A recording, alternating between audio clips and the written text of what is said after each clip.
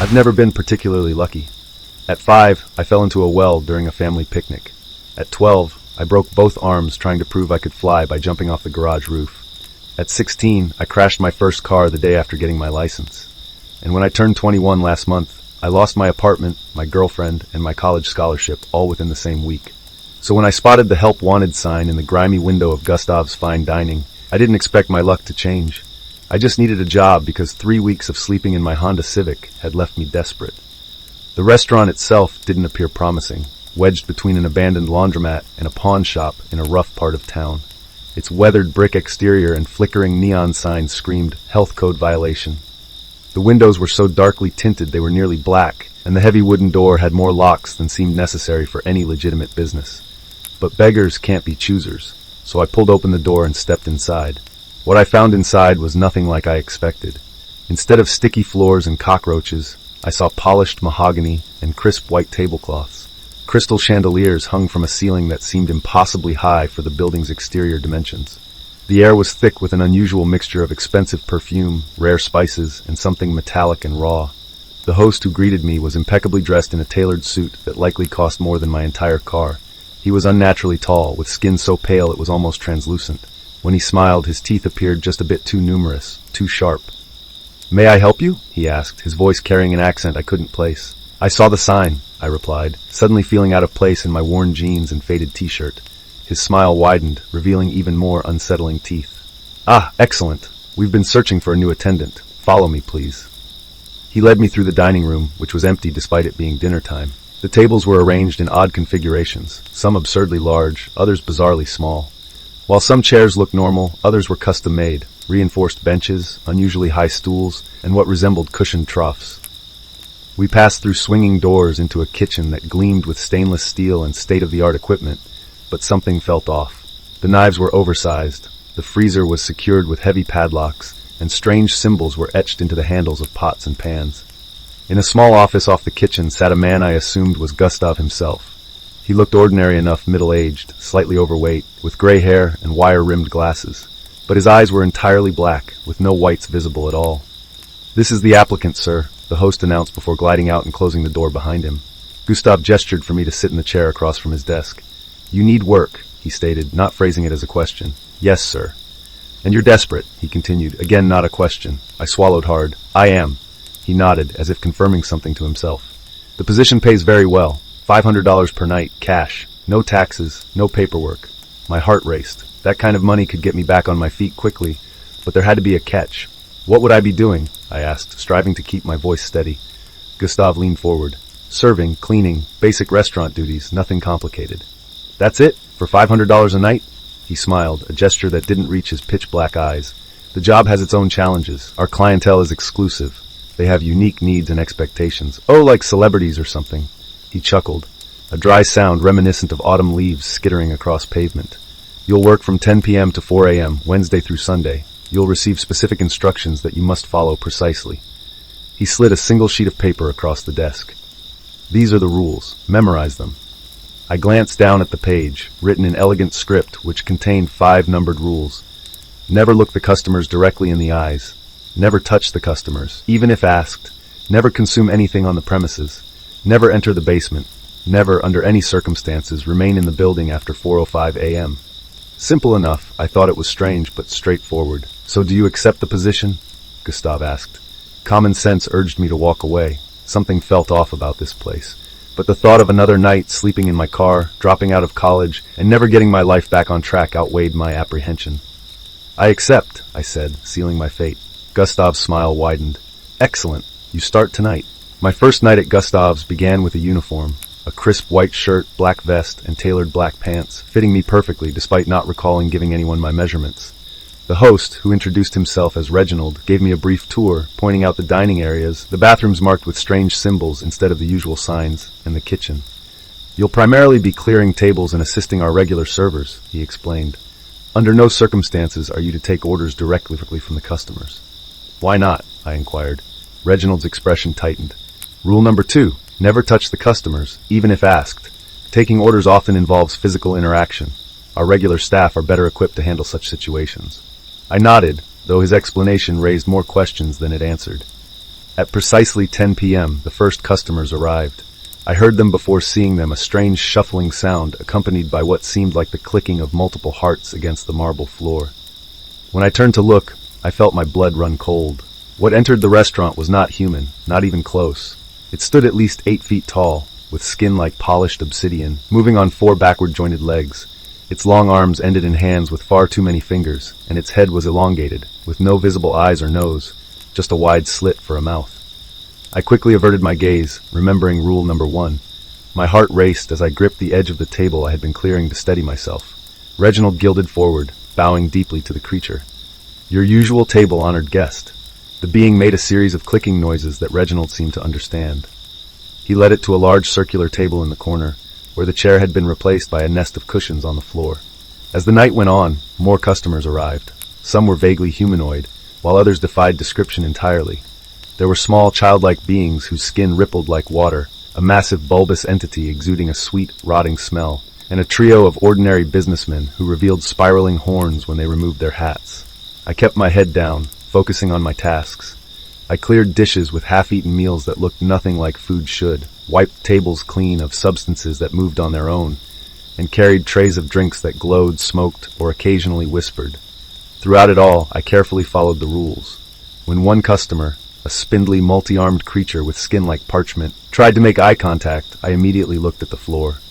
When another, a being seemingly made entirely of shadows, extended what might have been a hand toward me, I stepped back, maintaining my distance. When Reginald offered me a glass of what he called the house specialty, a crimson liquid pulsing like a heartbeat, I politely declined.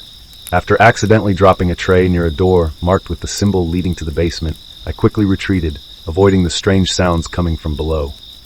As the antique clock in the dining room struck 4 a.m., I helped with the final cleanup, changed back into my regular clothes, and exited by 4:03, as promised. Gustav handed me 5 crisp $100 bills. "You did well on your first night," he said. "Return tomorrow." I nodded, too shocked by my experience to speak. As I walked to my car, I kept expecting to wake up. This had to be a bizarre, terrifying dream from stress and sleeping in a cramped vehicle. But the money in my pocket was real, and so it seemed was everything else. By my 3rd night at Gustav's, I had almost adjusted to the strangeness. I had found a cheap motel room with the money I had earned, giving me a real bed to sleep in during the day. I was beginning to recognize some of the regulars at the restaurant. I developed a system to avoid direct eye contact while still performing my job efficiently. That night, a new customer arrived, if you could even call it that. It entered the restaurant not through the door, but by seeping through the floorboards like black oil. It coalesced into a roughly humanoid shape, though its proportions were all wrong: arms too long, torso too thin, neck bending at impossible angles.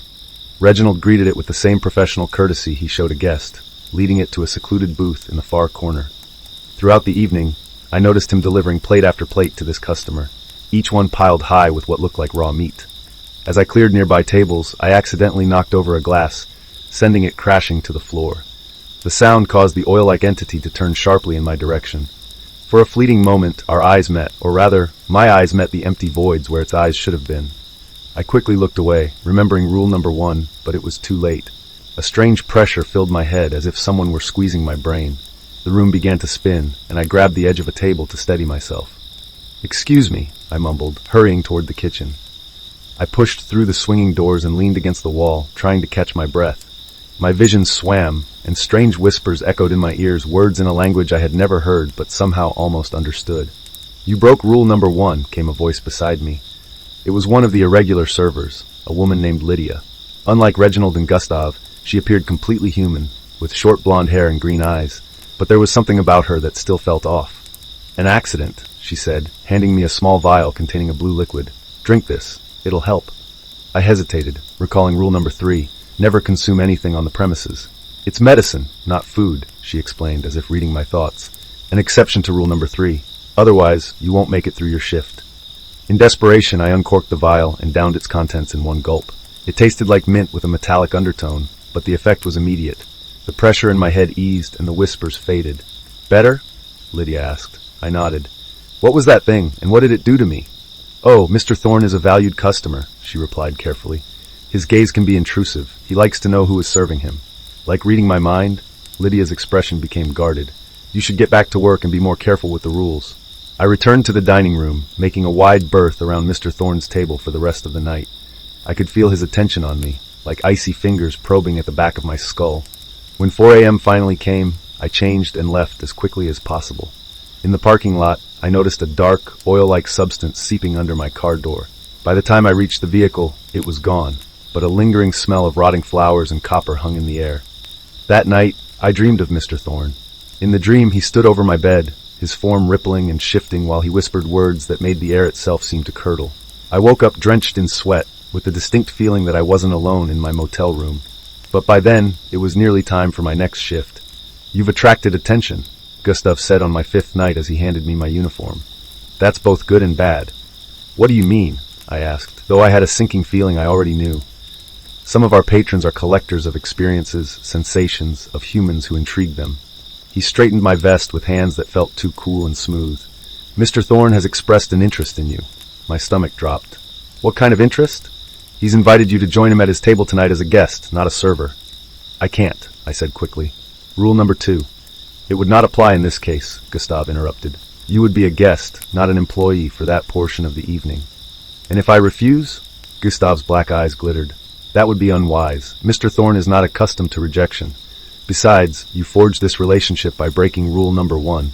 Actions have consequences." I thought about quitting on the spot. I had enough money saved now to get by for a little while, but something in Gustav's expression suggested that walking away might not be as simple as turning in my uniform. "What would I have to do?" I asked finally. "Just sit and converse. Mr. Thorne enjoys learning about humans, their hopes, their fears." Gustav smiled that not quite right smile. "Their nightmares." That evening, at precisely midnight, Reginald escorted me to Mr. Thorne's table. The entity had taken on a more defined form than on previous nights, almost human, but with subtly wrong proportions. He wore what appeared to be an expensive suit that seemed to absorb rather than reflect the light. "Please sit," he said, his voice a disconcerting blend of multiple tones speaking at once. I sat across from him, careful to keep my eyes on the tablecloth. "You may look at me," Mr. Thorne said. "I've given permission. The rules are suspended between us for now." Reluctantly, I raised my gaze. What I had taken for features now defined his face. High cheekbones, a sharp jawline, and eyes like black holes pulling in all light without revealing anything of what lay behind them. "Tell me about yourself," he said. "Your fears in particular." I swallowed hard. "I'm just an ordinary person. I don't have any interesting fears." Mr. Thorne's mouth curved into what might have been a smile. "Everyone fears something. Death, failure, loneliness." He leaned forward slightly. "Being trapped." As he spoke that last word, I felt a sensation like spider webs brushing against my mind. Memories surfaced unbidden. Being trapped in that well when I was 5, the darkness closing in, the air growing thin, screaming until my voice gave out. "Ah," Mr. Thorne whispered. "Confinement. Suffocation. The terror of being aware of the last breath that leaves your body." He made it sound like satisfaction, delicious. I tried to stand, but my legs wouldn't respond. It was as if invisible restraints held me in place. "Our conversation isn't finished," Mr. Thorne said mildly. "I barely tasted your fear." "Please," I managed to say, "I need to get back to work." "Work can wait. Gustav understands the importance of keeping patrons like me satisfied." For what felt like hours, Mr. Thorne sifted through my memories, extracting moments of terror, embarrassment, and dread, savoring them like fine wine. By the time he released me, I felt violated in a way I couldn't articulate, as if he had reached inside me and rearranged my thoughts. "You may go," he said finally, "but I'll see you again soon." I stumbled back to the kitchen, where Lydia was waiting with another vial of blue liquid. "Drink," she instructed. "All of it this time." I didn't hesitate. The liquid burned as it went down, but it cleared my head and steadied my shaking hands. "What does he want from me?" I asked her. Lydia's expression was sympathetic but resigned. "What they all want, in one form or another, sustenance. He feeds on fear. Mr. Thorne specializes in fear. Others prefer different emotions or physical sensations." She touched my arm lightly. "Be careful. Once they develop a taste for you, it's difficult to break free." That night, as I left the restaurant, I found a small oil-like puddle by my car again. When I returned to my motel room, all the furniture had been subtly rearranged, everything just a few inches from where I had left it. The message was clear. Mr. Thorne could reach me anywhere. On my 10th night at Gustav's, I broke rule number 4. It wasn't intentional. I was carrying a tray of dirty dishes to the kitchen when I tripped over something, a tail or a tentacle. I wasn't sure that it extended into the aisle from under one of the tables. The tray went flying, and I stumbled backward, crashing through a door I hadn't noticed before. I found myself at the top of a staircase leading down into the darkness of the basement. I knew I should turn around immediately, but curiosity about this fatal human flaw got the better of me. From below came strange sounds, rhythmic chanting, a wet slithering noise, and what might have been screams, though they sounded distorted, as if coming from underwater. Slowly, silently, I descended a few steps, just enough to peer into the gloom. What I saw made my blood freeze. The basement was vast, far larger than it should have been given the dimensions of the building above. It was lit by hundreds of candles that burned with an unnatural blue-tinted light. In the center of the space was a pit, and gathered around it were figures in hooded robes, some with distinctly non-human shapes beneath the fabric. They were engaged in some kind of ritual, chanting in the same strange language I had heard in my head after meeting Mr. Thorne's gaze. Suspended over the pit was an ordinary human like me, bound in what looked like living ropes that pulsed and tightened with each verse of the chant. I must have made a sound, a gasp, a whimper, because suddenly every hooded figure turned in my direction. The chanting stopped, and from the pit rose something that defied description. A mass of writhing, bandaged flesh surrounding a gaping maw, lined with rows upon rows of needle-like teeth. I ran up the stairs, through the dining room, past startled customers, out the front door, and into the night. I didn't stop until I reached my car, fumbling with the key's terror, making my hands shake so badly that I could barely insert the key into the ignition. As I finally started the engine, I looked up to see Gustav standing in the restaurant doorway, watching me.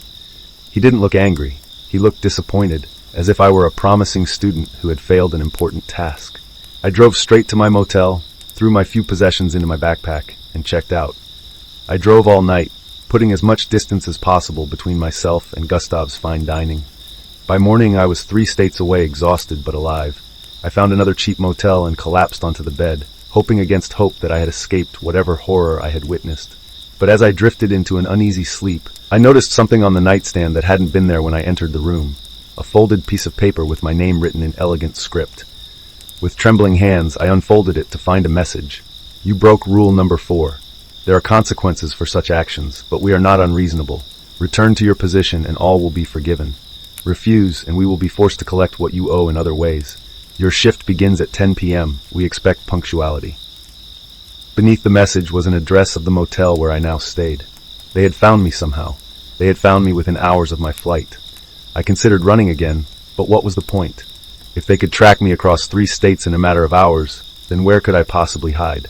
That night at 9:45 p.m. I pulled into the parking lot of Gustav's fine dining, feeling defeated and terrified. Gustav was waiting at the door. A wise decision, he said, holding out my uniform. Mr. Thorne was particularly displeased by your departure. He's developed quite an appetite for your specific brand of fear. What I saw in the basement, I began, is none of your concern, Gustav interrupted. You broke a rule, and you've been given a second chance. Don't squander it. His black eyes bore into mine. There won't be a third. 3 weeks had passed since my failed escape attempt, 3 weeks of serving inhuman customers while Mr. Thorne sifted through my fears like a child rummaging through a toy box. I often wondered what transpired in the basement during those mysterious rituals. I had given up on running. Where could I go? How could I hide from creatures that could seep through floorboards and invade my dreams? Instead, I focused on survival, following the rules, keeping my head down, and saving money. But on this particular night, something felt different. The restaurant was busier than usual, filled with customers I had never seen before. The air hummed with an energy that made the hairs on my arms stand on end. What's happening? I asked Lydia as we passed in the kitchen. The feast, she replied, her voice hushed. It happens once a year. What kind of feast? Her eyes darted around as if checking for eavesdroppers. Just be careful tonight. Follow the rules to the letter. As the evening progressed, more patrons arrived, each stranger than the last. Some barely fit through the doors, while others seemed to exist partially in dimensions I couldn't perceive, their bodies disappearing and reappearing at random intervals. At precisely midnight, Reginald struck a gong that reverberated through the restaurant, the sound feeling more like a physical force than mere noise. The customers fell silent. Gustav emerged from his office, looking different, taller, his skin now green-tinged, those black eyes glowing faintly. He wore a ceremonial robe similar to those I had seen in the basement. Honored guests, he announced, his voice carrying an authority I hadn't heard before. The time of the feast approaches. Our offering has been prepared. Please proceed to the chamber. To my horror, the customers began moving toward the basement door, which stood wide open. Gustav caught my eye and beckoned me forward. You'll assist with serving during the feast, he said. But rule number 4, I stammered. It is suspended for tonight only, he finished. Your presence is required. Reginald handed me a small golden tray bearing a single crystal goblet filled with a dark liquid that moved of its own accord. Do not spill a drop, he instructed, and whatever you see, whatever you hear, maintain your composure. The consequences for disrupting the feast are severe. Heart pounding, I followed the procession down the basement stairs. The space had transformed since I had last glimpsed it.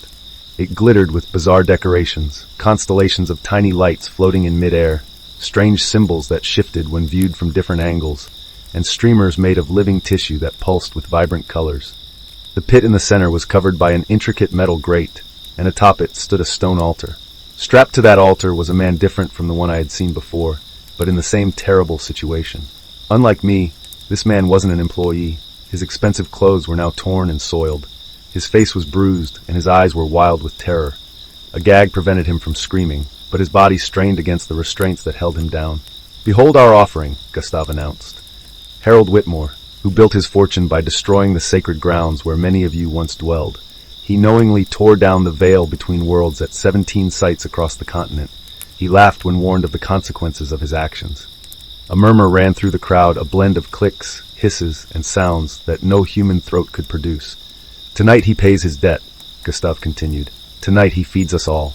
I stood frozen, the goblet trembling in my hands, as Gustav produced a curved knife that gleamed not with reflected light, but with its own inner glow. "Wait," I said, the word escaping before I could stop it. The room fell silent, and every inhuman eye turned to me. Gustav's expression darkened. "You forget yourself, attendant. You can't just kill him," I protested. "Kill?" Gustav looked genuinely puzzled. No one spoke of killing. He gestured toward the struggling man. "Harold will face the consequences of his actions. He will nourish our patrons, but when the sun rises, he will return to his life physically unharmed." "Then what will you do to him?" "We feast on essence, not flesh," came a familiar multi-toned voice. Mr. Thorne gilded forward, his form more amorphous than usual, edges blending into the shadows. Fear, pain, regret, remorse, the emotions humans produce so abundantly. When extracted properly, Gustav added, these essences regenerate. Harold will leave with no memory of tonight, only a lingering sense of atonement. I wasn't sure I believed them, but I was in no position to argue. Surrounded by countless inhuman entities, deep in a basement that defied the laws of physics, holding a goblet of what I now realized was probably not wine. The ritual began. Gustav used the knife not to cut Harold's flesh, but to make precise movements in the air above him. With each gesture, he drew out something visible, colorful wisps of energy that coalesced above the altar. As these essences gathered, the patrons moved forward one by one, each consuming their preferred emotion.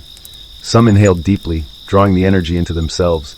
Others extended appendages that absorbed the essences on contact. A few simply stood near the floating colors, deriving nourishment from proximity alone. I watched in horrified fascination as Harold's expressions changed with each extraction, terror giving way to sorrow, then rage, and finally a blank emptiness before the cycle began again. When it was my turn to participate, I hesitated. "Offer the goblet to Mr. Thorne," Reginald whispered from behind me. "It's why you were brought here tonight." I approached the oil-like entity, holding up the tray. Mr. Thorne's form solidified enough to grasp the goblet, which he raised in a toast-like gesture toward me. "Your contribution to tonight's feast is most appreciated," he said, his voice resonating inside my head. "A few drops of your exceptional fear, freely given, have a delicate flavor that cannot be extracted by force." I realized with a jolt that the liquid in the goblet had come from me, harvested perhaps during my sleepless nights, tension-filled shifts, or nightmares of being trapped in that well. Mr. Thorne consumed the contents in one fluid motion, his form briefly taking on a blue glow that matched the color of the liquid.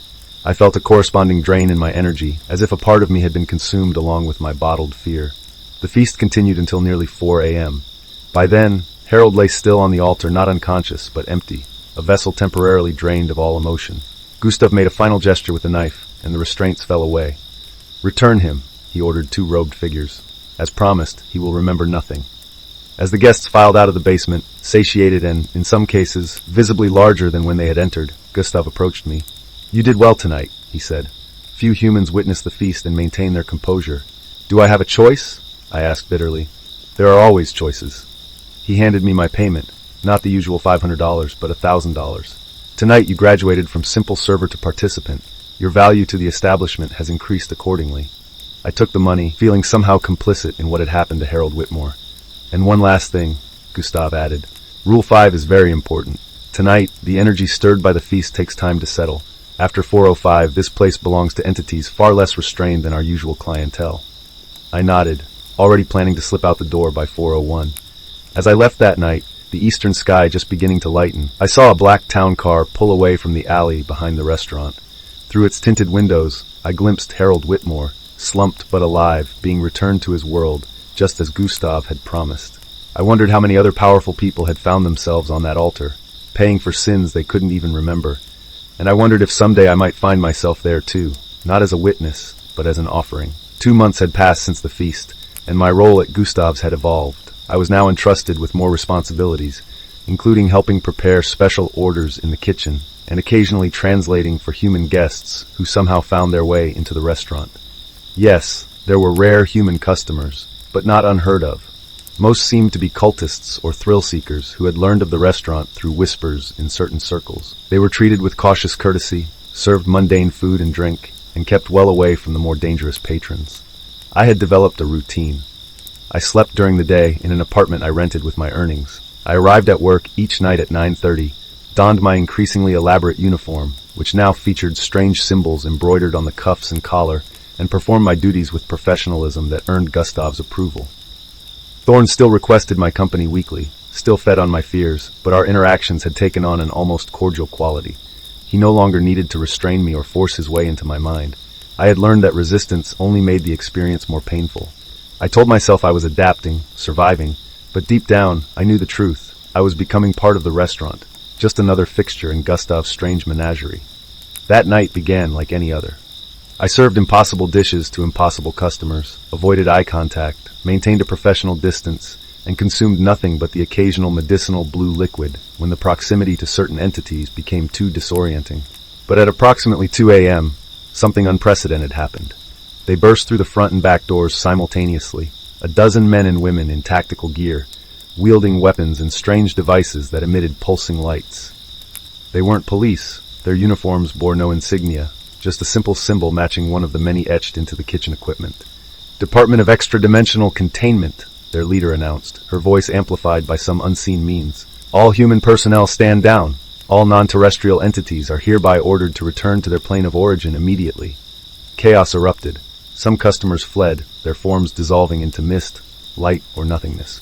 Others stood their ground, transforming into combat-ready configurations that made their previous appearances seem almost mundane by comparison. Gustav emerged from his office, his form now fully inhuman, towering and multi-metalled, his skin a mosaic of shifting patterns. "You dare?" he roared, his voice shaking the chandelier. "This establishment exists under the protection of the Seventh Covenant. The Covenant was broken when you began targeting specific humans for emotional harvest," the leader replied. Harold Whitmore filed a complaint. I gaped in shock. Harold remembered, but Gustav had said one of the agents spotted me. "Human," she shouted. "Get down!" Before I could react, something grabbed me from behind. Reginald, his form also transformed, elongated arms wrapping around me like constrictors. "The human stays," he hissed. "He is bound to us now." What followed was chaos, flashes of light, sounds that defied description, screams both human and otherwise. I saw agents hurled across the room by invisible forces. Creatures I had served for months revealed their true forms and the extent of their powers. Through it all, Reginald dragged me toward the basement door. "Rule 5, he kept saying. "It's almost 4 a.m. We must secure you before then." I struggled against his grip, but his strength was inhuman. "Let me go!" I shouted. "I'm not bound to you. I'm just an employee." "Foolish child," Reginald hissed in my ear. "Do you think the money was all you were earning every night? Every rule you followed or broken, every interaction with your patrons, especially your sessions with Mr. Thorne, they've all bound you to this place. Your essence is interwoven with the restaurant now." We reached the basement door, but before Reginald could open it, a blinding light engulfed us. One of the agents had fired some kind of energy weapon. Reginald's grip loosened as he shrieked a sound like metal being torn apart, and I broke free. I ran toward the front door, dodging the chaos. An agent grabbed my arm. "This way!" she shouted, pulling me toward the exit. Just as we reached the door, a familiar oil-like substance seeped up through the floorboards. Mr. Thorne blocked her path. "This one belongs to me," he said, his voice causing the agent to stagger back, hands covering her ears. "No!" I said, surprising myself with my defiance. "I don't belong to anyone." Mr. Thorne's form rippled with what might have been amusement. After all this time, still so delightfully afraid, but not now. There's something new mixed in courage. How tantalizing. The agent recovered and raised her weapon. "Back off," she warned. Mr. Thorne ignored her, his attention fixed on me. You've been such a reliable source of nourishment. I'm not ready to give that up. Too bad, I said, my voice steadier than I felt. I quit. I launched past him, expecting his cold grip to catch me. Instead, I heard the agent's weapon discharge, and Mr. Thorne's form dispersed into droplets that scattered across the floor. He'll reform, the agent said, pulling me through the doorway. We need to move. Outside, more agents were creating a perimeter around the building. Strange devices had been placed at intervals, generating a barely visible field that shimmered in the night air. What's happening? I asked as the agent led me to a black van parked across the street. Containment protocol, she explained. We're sealing the bridge between dimensions that Gustav's restaurant represents. The customers will be forced back to their native realms when we collapse the dimensional pocket. She looked at her watch. This needs to happen in the next 3 minutes. A chill ran through me. Before 4:05, I whispered. She shot me a sharp look. You know about rule number 5. Never remain in the building after 4:05 a.m. Smart rule, she nodded. When the clock strikes 4:05, the veil between dimensions is at its thinnest. That's when we strike. Other humans were being evacuated from the building, including kitchen staff. I recognized a few human customers looking dazed and terrified. But I didn't see Lydia among them, I said. There's someone still inside a server named Lydia. She helped me. The agent's expression hardened. There's no human server named Lydia. All staff have been accounted for. But I stopped as realization dawned. She seems so normal. Many of them can appear human when it suits them, the agent said. It's part of their mimicry. A commotion near the restaurant entrance caught our attention. Gustav emerged, still in his transformed state, but now restrained by glowing chains. It took 6 agents to control him. This isn't over, he snarled, his voice somehow reaching us despite the distance. The Covenant protects us. There will be consequences. The agent beside me checked her watch. 2 minutes, she muttered as we watched more creatures flood the building, some flying, others burrowing into the ground, a few simply vanishing with a pop of displaced air. The agents made no move to stop them, focusing instead on maintaining the perimeter. Why aren't you stopping them? I asked. Our mission was containment, not capture, she explained. We just need to close the breach that Gustav created. The entities will be dealt with by other departments if they choose to remain in this plane. And what about me? What happens to me now? She assessed me. Debriefing, medical evaluation, possible relocation with a new identity, depending on your involvement. I was just a server, I protested. I needed the money. Nobody works at a place like Gustav's for 2 months without becoming something more than just a server, she said, not unkindly. The question is how much of what they are has become part of what you are.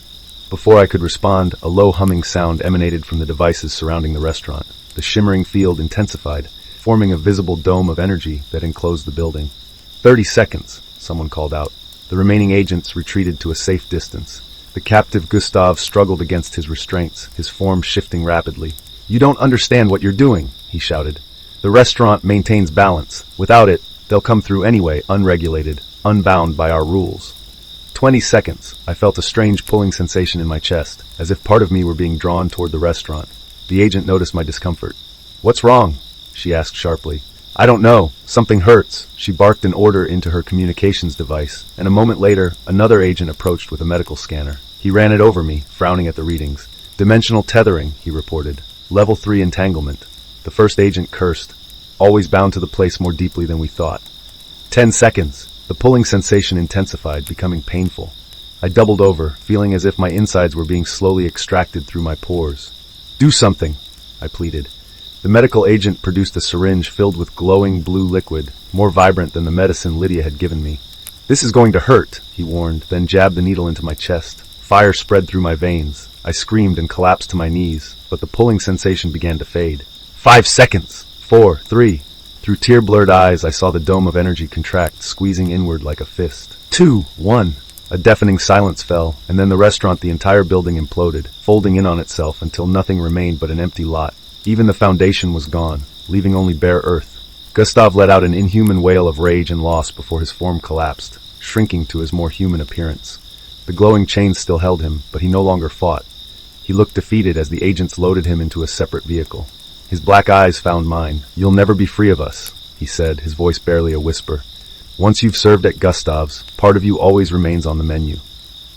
The debriefing lasted days. I told them everything about the rules, the customers, the feast, and Mr. Thorne's interest in me. Medical tests confirmed what I had already suspected. My time at the restaurant had changed me. While the good news is the dimensional tethering is fading, Dr. Amanda Willis explained during one of our sessions. She was the DEC's chief medical officer, specializing in humans who had prolonged contact with extra-dimensional entities. The bad news is some changes appear permanent. What kind of changes, I asked, afraid of the answer. Enhanced perception, for one. You'll be able to see things that others can't glimpse of entities that exist partially in our dimension. Increased sensitivity to emotional states in others. She hesitated. You'll likely experience visitations. Entities like Mr. Thorne form connections that transcend dimensional barriers. He's found you very nourishing. He may try to continue that relationship. My blood ran cold. But he can't physically harm me, right? Dr. Willis's expression wasn't reassuring. Physical harm isn't really their style, as you've learned. But emotional and psychological harm, well, that's their specialty. The DC offered me a choice. Enter their protection program, which would mean a new identity, relocation, and a job within the organization, or return to my life with some basic training on how to shield myself from extra-dimensional influences. I chose the latter. After months of servitude at Gustav's, the thought of being bound to another organization, even one claiming to protect humanity, was unbearable. I wanted my freedom, whatever the cost. They gave me specialized medication to take if the symptoms became too intense. They taught me mental exercises to strengthen my psychological barriers. They even installed certain protective measures in my new apartment. Symbols carved into the door frames and a strange metallic powder sprinkled along the windowsills. It won't keep them out entirely, Agent Carter, my main contact, explained, but it'll make it harder for them to manifest fully. When they finally released me, I tried to rebuild my life. I re-enrolled in college, found a normal job at a normal restaurant, and did my best to pretend that those months at Gustav's had never happened. But at night, when the world grew quiet and the veil between dimensions thinned, I would sometimes awaken to find a familiar oil-like substance seeping under my door. In my dreams, I still served impossible meals to impossible customers, and felt the probing touch of Mr. Thorne's consciousness against mine. One night, about 6 months after the raid, I came home to find an envelope slipped under my door. Inside was a single sheet of paper with familiar elegant script, the grand reopening of Gustav's Fine Dining. New location, 0666 Willowwood. Opening night, next full moon. Your presence is requested. Your position awaits. The rules remain the same. Below the message was a postscript that made my blood freeze. P.S. Mr. Thorne has expressed how much he misses your particular flavor of fear. He finds your attempt at a normal life deliciously futile. I crumpled the invitation and threw it in the trash. Then I double-checked all my windows and doors, reapplied the metallic powder where it had worn, and swallowed one of the pills that the DEC had given me. That night, I dreamed of the restaurant not as it had been, but as it would be in its new location. In the dream, I walked through dining rooms more elaborate than before, serving customers more terrifying than I remembered. In a corner booth, Mr. Thorne waited, a goblet of swirling blue liquid raised in a toast to my inevitable return. I awoke with a start, my heart hammering, sheets drenched in sweat. On my nightstand, where I was certain nothing had been before, sat a familiar white shirt, black vest, and black pants, my old uniform, pressed and ready. Pinned to the vest was a name tag that hadn't been part of my uniform before. It read simply, Bound. I wish I could tell you that I threw the uniform away. I wish I could say I called Agent Carter immediately. I wish I could claim that I was strong enough to resist the pull of Gustav's Fine Dining. But the truth is, some rules can't be broken, some agreements once made can't be undone, and some restaurants never really close, they just change locations. So if you're desperate enough to answer a help wanted sign in a grimy window, if you're offered too much money for too little work, if you're handed a list of strange but simple rules, walk away, run if you can. Because once you've served the monsters, you're always on the menu, and Mr. Thorne is always, always hungry. Did you enjoy this content? Share your thoughts in the comments below. Support us with a like and subscribe so our channel can reach more people. Thanks for watching until the end.